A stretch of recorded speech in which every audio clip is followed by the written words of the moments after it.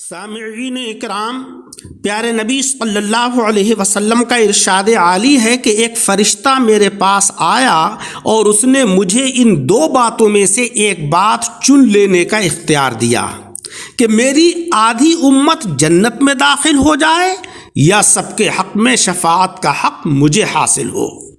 یعنی آپ اگر چاہیں تو اس چیز کو لے لیجئے کہ آدھی امت آپ کی جنت میں داخل کر دی جائے، یا یہ کہ آپ کو ساری امت کی شفاعت کا حق حاصل ہو، اس چیز کو منتخب کر لیجئے۔ پیارے آقا فرماتے ہیں کہ پس میں نے پوری امت کے حق میں شفاعت کا حق حاصل ہونے کو چن لیا۔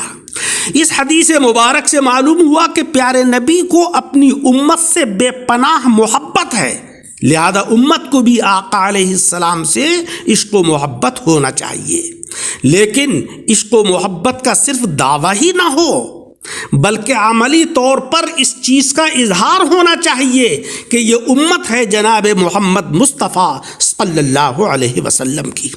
قرآن عظیم میں ہے من عمل صالحا فلنفسه ومن اساء فعليها وما ربك بظلام للعبید۔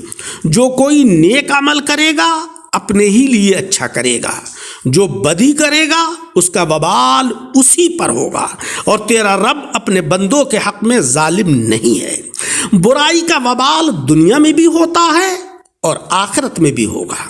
ابن ماجہ کی حدیث مبارک ہے کہ نیکی ہی عمر کو بڑھاتی ہے اور تقدیر کو دعا کے علاوہ کوئی چیز نہیں ٹال سکتی۔ یعنی انسان اگر خلوص نیتی کے ساتھ بارگاہ الہی میں دعا کرتا ہے تو اللہ رب العزت تقدیر معلق کو بدل دیتا ہے، اور کبھی آدمی اپنے گناہ کی وجہ سے ملنے والے رزق سے محروم ہو جاتا ہے۔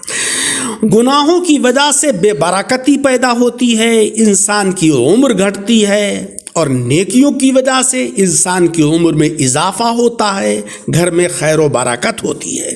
پیارے عزیزوں، عبادت کے معنی دنیا کے کام کاج سے الگ ہو کر ایک کونے میں بیٹھ جانے اور اللہ اللہ کرنے کے نہیں ہیں، بلکہ دراصل عبادت کا مطلب یہ ہے کہ اس دنیا میں ہم جو کچھ بھی کریں اللہ کے قانون کے مطابق کریں۔ آقا علیہ السلام نے فرمایا کہ انسان کے قدم قیامت کے دن اللہ کے سامنے سے اس وقت تک نہیں ہٹیں گے جب تک کہ اس سے 5 چیزوں کے بارے میں سوال نہ کر لیا جائے۔